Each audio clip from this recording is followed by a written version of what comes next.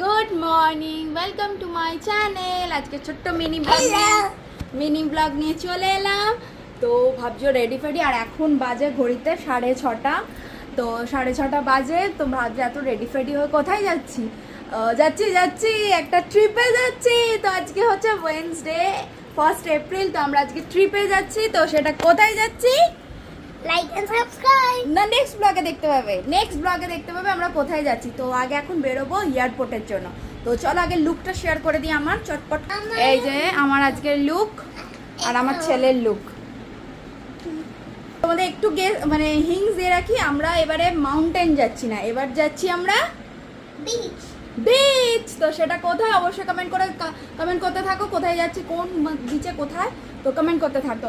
International না, ডোমেস্টিকেই। তো সেটা কোথায় দেখতে থাকো, চলো।